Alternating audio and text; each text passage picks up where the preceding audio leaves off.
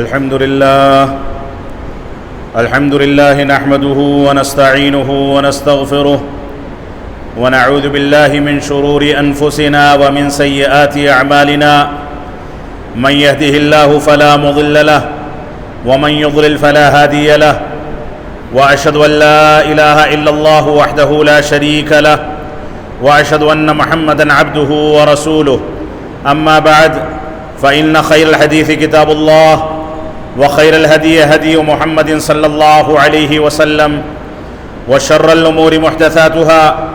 وكل محدثة بدعة وكل بدعة ضلالة وكل ضلالة في النار فأعوذ بالله السميع العليم من الشيطان الرجيم بسم الله الرحمن الرحيم يا أيها النبي إنا أرسلناك شاهدا ومبشرا ونذيرا وداعيا إلى الله بإذنه وسراجا منيرا۔ محترم سامعین کرام، بزرگان دین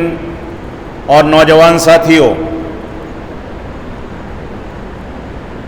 گزشتہ 2 خطبات جمعہ میں آپ حضرات کے سامنے موت کی حقیقت اور موت کے بعد کام آنے والے وہ اعمال صالحہ جن کا تذکرہ قرآن و سنت کے اندر موجود ہے اس کا ذکر کیا گیا تھا، اور اپیل کی گئی تھی کہ ہر مسلمان کو یہ ذمہ داری محسوس کرنی چاہیے کہ وہ قرآن و سنت کی پیروی کرے اور ہمیشگی کی زندگی یعنی آخرت کی زندگی کے لیے تیاری کرے۔ اس دنیا کی ریل پیل میں، دنیا کی چمک دمک میں اور دنیا کے اجالے میں اتنا گم نہ ہو جائے کہ وہ اللہ رب العالمین کو بھول جائے، قرآن و سنت کے پیغام کو بھول جائے، قرآن و سنت کی پیروی میں غلطی کر جائے اور اپنے آپ کو مسلمان کا دعویٰ ہونے کے باوجود اپنے آپ کو اسلام سے دور کر لے۔ یہ ہر مسلمان کی ذمہ داری ہے کہ وہ موجودہ حالات میں بالخصوص اس چیز پر توجہ دے کہ وہ کون سے امور میں دین کے نام پر بدعات کو انجام دیتے ہیں، کون سے معاملات میں دین سے دوری اختیار کرتے ہیں۔ یہ ہماری ذمہ داری ہے، اور یہ بھی ہماری ذمہ داری ہے کہ ہم اپنے آپ کو بدعات سے بچائیں، جن بدعات کے نتیجے میں رسول اکرم صلی اللہ علیہ وسلم اپنے کوثر کے حوض پر کہیں گے کہ سحقن سحقن، کہ ان کو مجھ سے دور کر دیا جائے۔ لیکن اگر حقیقت کی عکاسی کی جائے، گہرائی کے ساتھ مسلم معاشرے کا مطالعہ کیا جائے اور گہرائی کے ساتھ مسلم معاشرے کے ماحول کو آپ کے سامنے بیان کیا جائے، تو وہی ہونے والا ہے جو محرم کے موقع سے حسین رضی اللہ تعالیٰ عنہ کی تعظیم اور اس میں مبالغہ آرائی کرتے کرتے بدعات اور شرکیات کو اختیار کرتے ہوئے مسلمانوں نے اختیار کیا تھا، ہونے وہی والا ہے جو رجب کے کونوں کے نام سے اجمیر میں اور نظام الدین میں مسلمان انجام دے کر کے اللہ رب العالمین کی توحید کو چوٹ پہنچاتے ہیں اور انبیاء کرام کی بعثت کے اس مقصد کو ملیا میٹ کرتے ہیں جس بعثت کے لیے، جس مقصد کے لیے انبیاء کرام کو مبعوث کیا گیا۔ توحید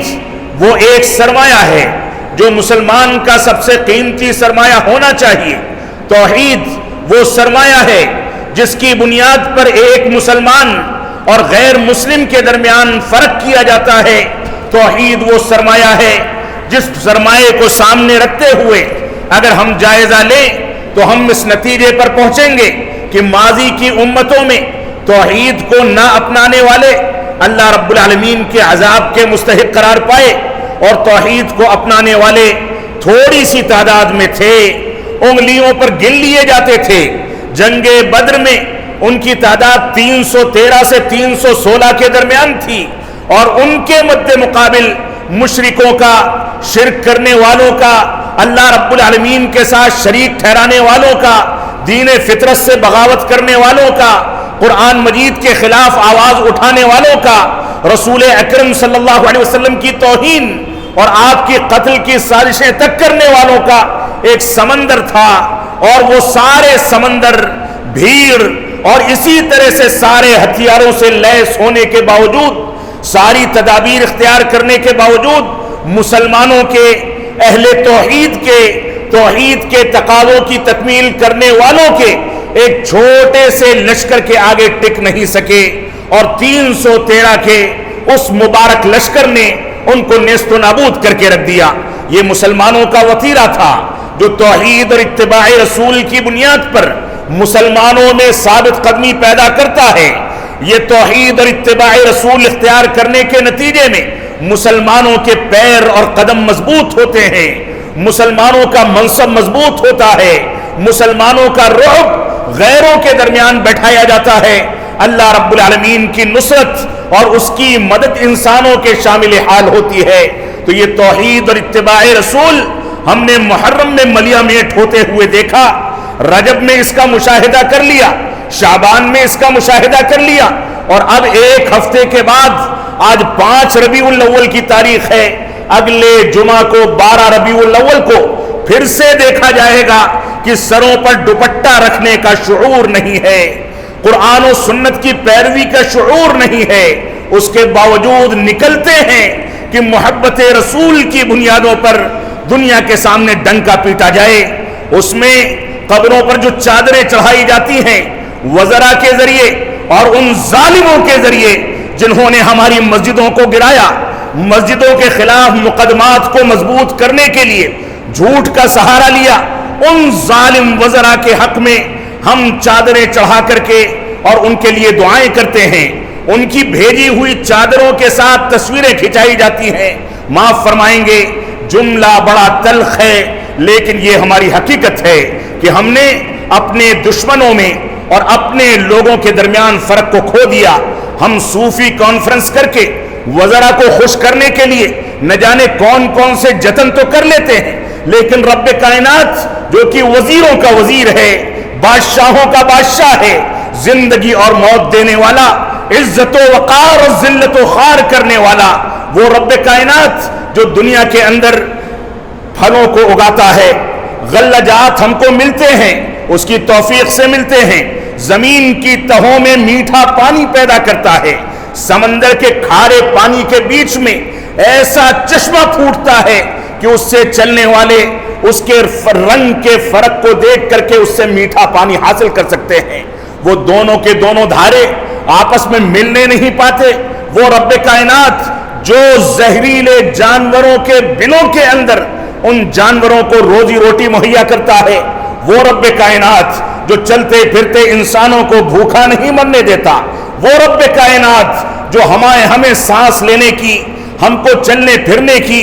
دیکھنے سننے کی، ہر چیز کی صلاحیت اور شعور عطا فرماتا ہے، ہم اس رب کو خوش کرنے کے لیے کون سے جتن کرتے ہیں، کون سی کوششیں کرتے ہیں، یہ ایک سوالیہ نشان ہے۔ میں نے آپ حضرات کے سامنے عید میلاد کی مناسبت سے رسول اکرم صلی اللہ علیہ وسلم کے بارے میں اللہ رب العالمین کی بیان کردہ آیت کریمہ آپ کے سامنے تلاوت کی ہے۔ اس آیت کریمہ میں اللہ رب العالمین نے جو خوبصورت تعبیر پیش کی ہے اس کو آپ سنیں، محسوس کریں، اور اس بات کو محسوس کریں، اس ذمہ داری کو محسوس کریں کہ نبی آخر الزماں جناب محمد الرسول اللہ صلی اللہ علیہ وسلم کی سیرت مبارکہ،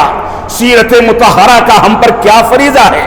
اس کے کیا تقاضے ہیں۔ اللہ کے نبی صلی اللہ علیہ وسلم جن کو پوری زندگی کبھی پیٹ بھر کھانا کھانے کو نصیب نہیں ہوا، ہمارے پیارے حبیب جن کو پوری زندگی میں کبھی صاف و شفاف اور اسی طرح سے بغیر پیبند لگے کپڑے پہننا نصیب نہیں ہوا، نبی آخر الزماں جب آپ کی وفات ہوتی ہے تو صحیح بخاری کے مطابق اما عائشہ صدیقہ فرماتی ہیں کہ ہم نے اپنے ایک یہودی پڑوسی سے آپ کی ایک زرہ رکھ کر کے 1 سا جو ادھار لیا تھا، گروی رکھ دیا تھا زرہ کو کہ آپ کے کھانے پینے کا کچھ انتظام ہو جائے۔ وہ نبی آخر الزماں جن کے بارے میں اما عائشہ صدیقہ فرماتی ہیں کہ ہم ایک بار چاند دیکھتے تھے، دوبارہ چاند دیکھتے تھے، تیسری بار چاند دیکھتے تھے، ہمارے گھر میں چولہا نہیں جلتا تھا، چولہا جنالا نصیب نہیں ہوتا تھا۔ فرمایا صحابہ کرام نے تو گزارا کیسے ہوتا تھا؟ تو کہتی ہیں کہ علی الاسودین، دو سیاہ چیزوں پر، پانی اور کھجور پر ہم 3 مہینہ گزارا کیا کرتے تھے۔ وہ نبی آخر الزمان جو رات میں بھوکا سوتا تھا، صبح بھوکا بیدار ہوتا تھا، اور اس کے بعد صلاۃ فجر باجماعت رات کے قیام کے بعد ادا کرنے کے بعد مسجد کے مصلی پر بیٹھے بیٹھے اللہ رب العالمین کی رضامندی کو تلاش کرنے والا وہ نبی جب صلاۃ اشراق اور چاشت کی نماز پڑھ کر کے اپنے بیویوں اور ہماری ماؤں کے گھروں کے لیے نکلتا تھا تو سب سے پہلا سوال ہوتا تھا کہ کچھ کھانے کے لیے، کچھ پینے کے لیے ہے کہ نہیں ہے؟ اگر ہے تو لاؤ، میں کچھ کھا لوں، مجھ کو بھوک لگی ہے۔ لیکن عام طور سے ہماری ماؤں کا اور اس امت کی ماؤں کا یہ جواب ہوتا تھا کہ نہیں، ہمارے پاس کھانے کے لیے پینے کے لیے کچھ نہیں ہے۔ تو اللہ کے نبی صلی اللہ علیہ وسلم اس موقع سے، اس قسم پرسی کے عالم میں، اس بھوک کے عالم میں فرماتے تھے تب میں روزے کی نیت کر لیتا ہوں، اب رات میں افطار کے وقت رب کائنات کچھ دے گا تو کھلا دے گا۔ یہ صورتحال تھی غزوہ خندق میں، جب صحابہ کرام نے خندق کو کھودنا شروع کیا اور اللہ کے نبی صلی اللہ علیہ وسلم سے آ کر کے شکوہ کیا کہ ہم کدال چلاتے چلاتے تھک گئے ہیں، بھوک اور پیاس کے نتیجے میں ہمارا کلیجہ منہ کو آتا ہے، ہم نے اپنے پیٹوں پر پتھر باندھ رکھے ہیں۔ صحابہ کرام نے اپنے مبارک کرتے اٹھا کر کے دکھایا تو اللہ کے نبی صلی اللہ علیہ وسلم، ہمارے خاندان، ہمارے ماں باپ، ہمارا سارا سرمایہ، ہماری ذاتیں، سب کے سب رسول اکرم صلی اللہ علیہ وسلم پر فدا ہوں۔ آپ نے فرمایا کہ دیکھو میرے پیٹ پر 2 پتھر بدھے ہیں، اگر تمہاری بھوک 1 دن کی ہے تو میری 2 دن کی ہے، تم 2 دن سے بھوکے ہو تو میں 4 دن سے بھوکا ہوں۔ یہ ہمارا نبی تھا، نبی آخر الزمان تھے، کپڑوں پر پیبند لگا ہوتا تھا، جوتا خود سل لیا کرتے تھے، کپڑوں پر خود پیبند لگایا کرتے تھے۔ امہات المؤمنین نے جب آپ سے مطالبہ کر دیا کہ قیصر و کسریٰ کے یہاں مال کی ریل پیل ہے، ہم کو بھی کچھ دنیاوی مطالبات چاہیے، تو اللہ کے نبی صلی اللہ علیہ وسلم ناراض ہو گئے۔ آپ نے قسم کھا لی، ایلا کر لیا کہ میں اپنی بیویوں سے 1 مہینے تک نہیں ملوں گا۔ نتیجہ کیا ہوا؟ نتیجہ ہوا یہ کہ سارے کے سارے صحابہ کرام گھبرا گئے، لوگوں نے سمجھا کہ آپ نے طلاق دے دی ہے۔ عمر بن خطاب رضی اللہ عنہ ڈرتے ڈرتے آپ کے دروازے پر پہنچتے ہیں، مسجد نبوی کے دروازے پر پہنچتے ہیں، اجازت مانگتے ہیں، اجازت ملتی ہے۔ جب اندر داخل ہوتے ہیں تو کیا دیکھتے ہیں کہ وہ انبیاء کرام کا سید، تمام انبیاء کا سردار، جس کے لیے اللہ رب العالمین نے یہاں تک فرمایا کہ اس کو کوثر عطا کیا گیا، اس کو شفاعت عظمی عطا کی گئی۔ اللہ رب العالمین نے جن کو یہاں تک اختیار دیا کہ قبر میں ان کے بارے میں 3 سوالات میں سے 1 سوال کیا جائے گا، جواب نہ دینے والے کے لیے عذاب قبر کو حلال کر دیا جائے گا۔ وہ نبی آخر الزمان جس کو یہاں تک طاقتور بنایا گیا کہ جب کفار اور مشرکین مکہ نے آپ سے چاند کے 2 ٹکڑے کرنے کا مطالبہ کیا، اپنی نشانیاں دکھانے کا مطالبہ کیا، اور اللہ کے نبی صلی اللہ علیہ وسلم نے چاند کی جانب اشارہ کیا، اللہ کے حکم سے چاند کے 2 ٹکڑے ہوئے، اور بعض روایات کے مطابق یہ واقعہ 2 بار پیش آیا۔ وہ نبی آخر الزمان جن کو اللہ رب العالمین نے اتنے اختیارات دیے، اتنی عظمت دی، ان کے بارے میں عمر بن خطاب رضی اللہ عنہ کیا دیکھتے ہیں کہ چٹائی پر لیٹے ہیں اور مبارک پیٹھ پر چٹائی کے نشان پڑے ہوئے ہیں۔ یہ صورتحال تھی۔ وہ نبی جو ستو کھا کر کے، کھجور اور پانی پی کر کے زندگی گزارتا تھا، وہ نبی جو امت اسلامیہ کی ہدایت کے لیے، امت اسلامیہ کو صحیح راستے پر لانے کے لیے اور ساری انسانیت کو اسلام کی جانب بلانے کے لیے رات بھر اللہ رب العالمین سے گڑ گڑاتا تھا۔ اس کے مبارک پیر میں ورم آ جاتا تھا، اس کا چہرہ سوج جایا کرتا تھا۔ وہ نبی آخر الزمان لیٹا ہے، اس کے پاس چادر نہیں ہے، کوئی اٹھا کر کے بیٹھانے والا نہیں ہے، مبارک پیٹھ پر چٹائی کے نشانات پڑے ہوئے ہیں۔ اللہ رب العالمین نے اسی وجہ سے فرمایا یا ایھا النبی انا ارسلناک شاہدا ومبشرا ونذیرا وداعیا الی اللہ باذنہ وسراجا منیرا۔ اے نبی، ہم نے آپ کو لوگوں کی جانب داعی بنا کر کے بھیجا ہے، گواہی دینے والا بنا کر کے بھیجا ہے، بشارت دینے والا اور ڈرانے والا بنا کر کے بھیجا ہے، وَدَاعِيًا إِلَى اللَّهِ بِإِذْنِهِ، اور اللہ رب العالمین نے اپنی اجازت سے آپ کو لوگوں کے درمیان داعی اور دعوت و تبلیغ کرنے والا بنا کر کے بھیجا، وَسِرَاجًا مُنِيرًا، اور روشن چراغ بنا کر کے بھیجا۔ یہ سراج اور منیر یہ دو صفتیں ہیں جن صفات کو قرآن مجید نے چاند اور سورج کے لیے دوسری آیات میں استعمال کیا ہے، یعنی رسول اکرم صلی اللہ علیہ وسلم کو چمکتا سورج اور ٹھنڈک پہنچانے والا چاند اور روشنی بکھیرنے والا چاند قرار دیا گیا۔ رات میں آپ چاند سے تعبیر کیے گئے، دن کے لیے آپ کو سورج سے تعبیر کیا گیا۔ وہ نبی آخر الزماں جب اس دنیا میں مبعوث کیا گیا تو اس کے تربیت کے اہتمام میں اور مستقبل میں اس کو نبی بنایا جانا تھا، اس کے اہتمام میں اللہ رب العالمین نے بچپن ہی سے ایسے آثار مرتب کیے جن کو اگر انسان پڑھ لے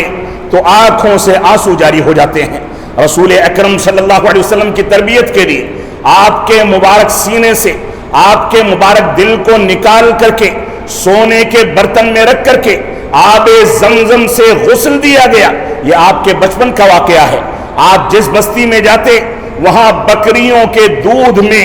برکت ہونے لگتی، آپ جہاں چلتے وہاں اللہ رب العالمین کی رحمت کا سایہ نظر آتا۔ اللہ کے نبی صلی اللہ علیہ وسلم کو اللہ رب العالمین نے بچپن ہی سے اس انداز سے تربیت کر کے نبوت اور رسالت کے لیے تیار فرمایا۔ اللہ کے نبی صلی اللہ علیہ وسلم کے لیے دنیا کے سب سے مقدس ترین خاندان کا، مقدس ترین شہر کا اور مقدس ترین گھرانے کا انتخاب کر کے اللہ رب العالمین نے یہ واضح کر دیا کہ اس شخصیت کی مخالفت کرنے والا چاہے مسلمان ہو یا غیر مسلم ہو، غیر مسلم بھی اگر توہین کرے گا تو اس کے بارے میں فرمایا گیا ہے ان شأنک هو الابتر، کہ آپ کے دشمنوں کی شان تو یہ ہے کہ وہ مقطوع النسل ہو جاتے ہیں، وہ تباہ و برباد ہو جاتے ہیں، ان کا مشن پنپتا نہیں بلکہ وہ اپنے ساتھ اپنے مشن کو لے کر کے اس زمین میں اور آگ میں دفن ہو جاتے ہیں، ان کی چلتی نہیں ہے۔ یہ نبی اکرم صلی اللہ علیہ وسلم کا مقام تھا۔ تو اللہ رب العالمین نے فرمایا کہ ہم نے اے اللہ کے نبی صلی اللہ علیہ وسلم آپ کو گواہی دینے والا، بشارت دینے والا، ڈرانے والا اور اللہ رب العالمین کے حکم سے دعوت و تبلیغ کرنے والا بنا کر کے بھیجا، اور سراج منیر یعنی چمکتا ہوا روشن چراغ بنا کر کے بھیجا۔ اللہ رب العالمین نے اس سلسلے میں رسول اکرم صلی اللہ علیہ وسلم کے بہت سارے فضائل قرآن و سنت کے اندر ذکر کیے ہیں، لیکن یہ بات ہم کو سمجھ لینی چاہیے کہ اللہ رب العالمین کا انسانیت پر، روئے زمین پر سب سے عظیم احسان یہ ہے کہ اس نے ہم کو محمد الرسول اللہ صلی اللہ علیہ وسلم جیسی شخصیت کو بطور نبی اور رسول، ہمارا نبی اور رسول بنا کر کے بھیجا۔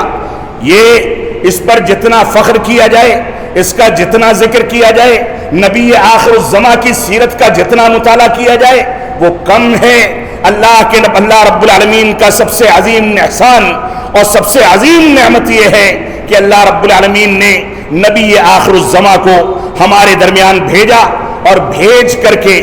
دنیا سے اس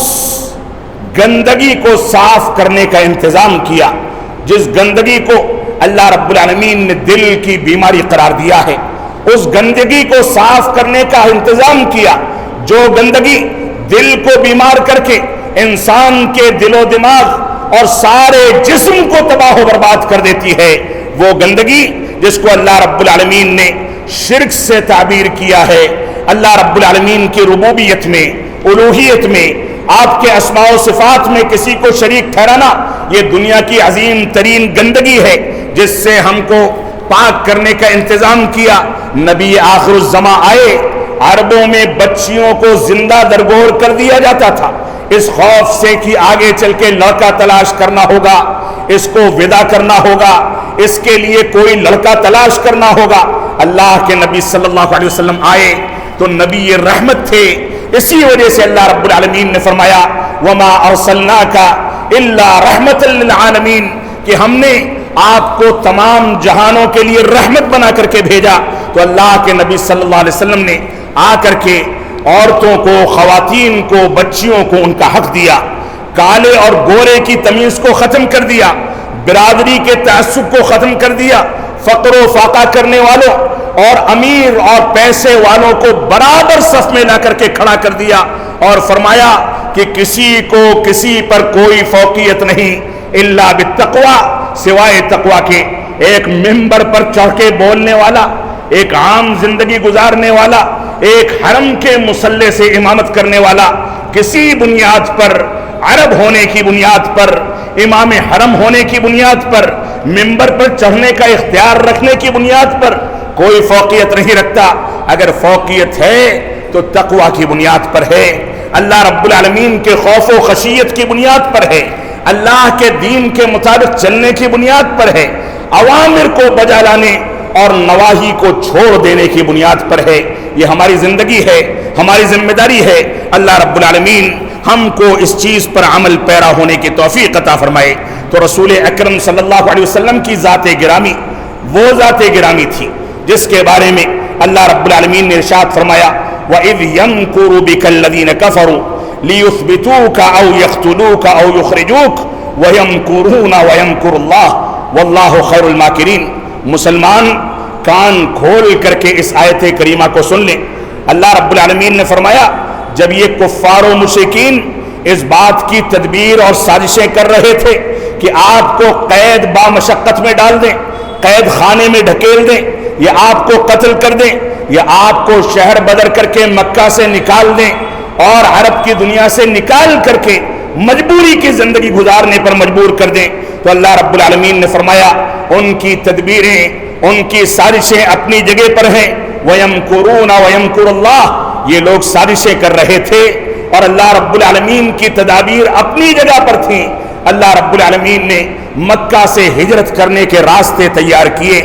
آیت الکرسی پڑھ کر کے نکلے، اور جس انداز سے بحفاظت مدینہ منورہ پہنچے، راستے میں جو واقعات پیش آئے جن سے عبرت حاصل کی جانی چاہیے، وہ ساری کی ساری داستان سیرت نبویہ کے اندر موجود ہے۔ ہماری ذمہ داری ہے کہ ہم اس کا مطالعہ کریں۔ تو اللہ رب العالمین نے فرمایا کہ یہ اپنی سازشیں کرتے ہیں اور اللہ رب العالمین اپنی تدبیر چلتا ہے۔ اگر آج بھی مسلمان رسول اکرم صلی اللہ علیہ وسلم کے طریقے کو اختیار کر لے، آپ کی پیروی کر لے، آپ کا مطیع و فرمانبردار بن جائے، تو ایسی صورت میں دنیا کی کوئی طاقت نہ ہمیں قید کر سکتی ہے، نہ ہمیں شہر سے نکال سکتی ہے، نہ NRC اور CA نافذ کر سکتی ہے، اور نہ دنیا کی کوئی طاقت ہمارے قتل کی سازشیں بنا سکتی ہے۔ یہ ہمارا اپنا دوش ہے، ہماری اپنی کوتاہی ہے۔ اللہ رب العالمین نے ہم کو مسجدوں کو آباد کرنے کا حکم دیا تھا، ہم نے اس کی مخالفت کرتے ہوئے لاک ڈاؤن کے درمیان بھی مزاروں کو آباد رکھا۔ اللہ رب العالمین نے ہم کو دین اسلام کی پیروی کرنے کا حکم دیا تھا، اور بدقسمتی سے ہم نے اپنے ائمہ کی تقلید کر کے قرآن و سنت کی مخالفت کی۔ تو فرمائیں آپ خود سوچیں، آپ اپنے گریبان میں جھانک کر کے سوچیں کہ اگر ہم نے دین رسالت کو چھوڑ دیا تو ایسی صورت میں اللہ رب العالمین کی مدد کیسے آ سکتی ہے۔ تو اس آیت کریمہ کو ہمیں سامنے رکھنا چاہیے۔ اللہ رب العالمین جس نے ابو لہب کے ہاتھوں کو خراب کر دیا،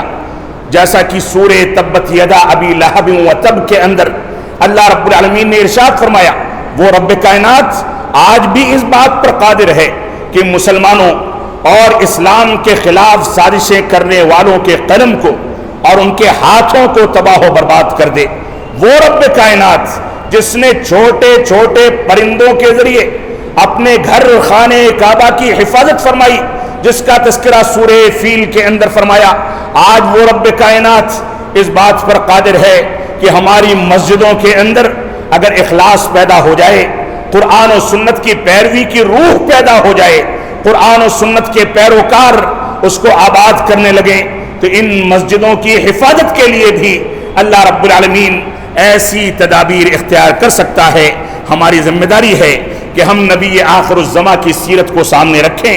آپ کو طائف میں لہو لہان کیا گیا، وفات کے وقت کا تذکرہ آپ کے سامنے کیا گیا، 3 سال تک شعب ابی طالب میں آپ گرفتار رہے، عمر بن خطاب رضی اللہ عنہ کی داستان آپ کے سامنے ذکر کی گئی کہ چٹائی کے نشانات دیکھیں۔ اسی طریقے سے نہ جانے کون کون سے واقعات آپ کے ساتھ پیش آئے، وہ ساری کی ساری چیزیں ہمارے سامنے ہونی چاہیے۔ لیکن یہ میلاد النبی جس کا تذکرہ نہ خیر القرون میں ہے نہ خیر القرون کے بعد ہے، اس کے بارے میں تھوڑا سا تبصرہ کر کے میں آپ سے رخصت ہونا چاہوں گا۔ آپ دیکھیں، ایک قول کے مطابق یہ عید میلاد النبی یہ عبیدیوں جو کہ باطنی شیعہ تھے ان لوگوں نے ایجاد کیا، جن کی حکومت 326 ہجری سے لے کر کے 567 ہجری تک چلی۔ ان لوگوں نے میلاد النبی، میلاد علی، میلاد حسن، میلاد فاطمہ، میلاد حسین اور میلاد بادشاہ وقت کے نام سے بہت ساری عیدیں ایجاد کی، اور اس عید کو بھی ان لوگوں نے رواج دیا۔ اور امام سیوطی رحمۃ اللہ علیہ کے قول کے مطابق اس عید کو باقاعدہ رواج دینے والا سب سے پہلا انسان اربل کا بادشاہ مظفر ابو سعید تھا، جس نے اس میلاد کو 625 ہجری میں رواج دیا، اور اس کا سب سے پہلا فتویٰ دینے والا ابو الخطاب دحیہ تھا، ابن دحیہ تھا، جس کے بارے میں اس دور کے محدثین کے اقوال دیکھے جائیں تو کوئی اس کو کذاب کہتا ہے، کوئی اس کے بارے میں یہ کہتا ہے کہ اس کی نسل کا اور نسب کا کوئی پتہ نہیں، کوئی ناقابل اعتماد کہتا ہے، اور کوئی یہ کہتا ہے کہ یہ فضول بکواس اور فضول گفتگو کرنے کا عادی تھا، اس وجہ سے اس کی باتوں پر اعتماد نہیں کیا جا سکتا۔ تو آج ہم نے فاطمیوں اور باطنی شیعوں کے ذریعے جو علی رضی اللہ عنہ کو اللہ کا مقام دیتے ہیں، قرآن مجید کو ناقص قرار دیتے ہیں، نعوذ باللہ جن کے عقائد میں یہاں تک موجود ہے کہ عائشہ صدیقہ حقیقت میں زانیہ تھی، نعوذ باللہ من ذالک، اور اسی طریقے سے قرآن مجید کے ناقص ہونے کا عقیدہ، صحابہ کرام کے کافر ہونے کا عقیدہ، یہ سارے کے سارے عقائد جن کے یہاں پائے جاتے ہیں، ان کی عیدوں میں ہم اس تاریخ میں خوشیاں منائیں جس تاریخ پر امت اسلامیہ کا، سیرت نگاران کا اور مفسرین کا، محدثین کا، اور اسی طرح سے تاریخ نویسوں کا اتفاق اور اجماع ہے کہ 12 ربیع الاول یہ رسول اکرم صلی اللہ علیہ وسلم کی ولادت کی تاریخ نہیں ہے، یہ وفات کی تاریخ ہے۔ ولادت تو 9 ربیع الاول کو ہوئی تھی، اور اگر ولادت ثابت بھی ہو جائے تو اس کا اہتمام کرنا یہ شریعت کے تناظر کے خلاف ہے۔ ہماری ذمہ داری ہے کہ جب فرانس کے اندر رسول اکرم صلی اللہ علیہ وسلم کا کارٹون بنایا گیا، ابھی ماضی قریب کی بات ہے، اس کے پہلے پاکستان میں توہین رسالت کے جرم میں ایک شخص نے دوسرے شخص کو قتل کر دیا بھری عدالت کے اندر، ابھی ماضی قریب کا واقعہ ہے۔ اس کے پہلے آپ ڈنمارک کے واقعات کو دیکھیں، رسول اکرم صلی اللہ علیہ وسلم کی تصاویر بنانے کے واقعات کو دیکھیں، آپ کی شبیہ پیش کرنے کے واقعات اسی دہلی کے ایک یونیورسٹی سے جو مسلمانوں کی یونیورسٹی ہے، اسی میں پڑھانے والے ایک پروفیسر نے جس انداز سے رسول اکرم صلی اللہ علیہ وسلم کی توہین کی، آپ کی شبیہ پیش کرنے کی کوشش کی، یہ پوری کی پوری داستان ہے جس کو میں چھیڑنا نہیں چاہتا۔ اس وجہ سے ہماری یہ ذمہ داری ہے کہ ان نازک حالات میں ہم رسول اکرم صلی اللہ علیہ وسلم کے مقام کو سمجھیں۔ اللہ کے نبی صلی اللہ علیہ وسلم کی تصاویر بنانے کا عام تصور ایران کی حکومت میں اور ایران کے عوام میں، ایران کے میوزیم میں عام تصور موجود ہے۔ آپ کسی جگہ پر پہنچ جائیں، رسول اکرم صلی اللہ علیہ وسلم کی مورتیاں، ان کی تشبیہ اور اسی طرح سے ان کی تصاویر موجود ہیں۔ یہ ساری کی ساری صورتیں یقیناً رسول اکرم صلی اللہ علیہ وسلم کی توہین پر مبنی ہیں۔ ہماری ذمہ داری ہے کہ اس توہین کو مکمل سنجیدگی کے ساتھ غور و فکر کر کے اس دنیا سے ختم کرنے کی کوشش کریں۔ اللہ کے نبی صلی اللہ علیہ وسلم کے عہد مبارک میں بھی یہ فتنے پائے جاتے تھے، آج بھی یہ فتنے موجود ہیں، لیکن ان کو دیکھ کر کے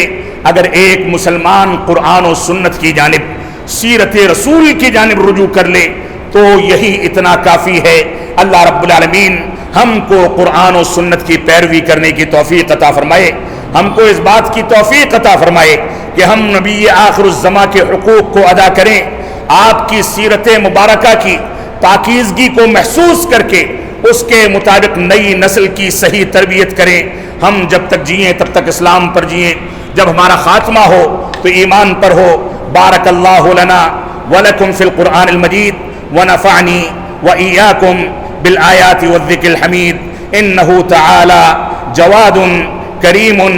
ملک بر الرؤوف الرحیم۔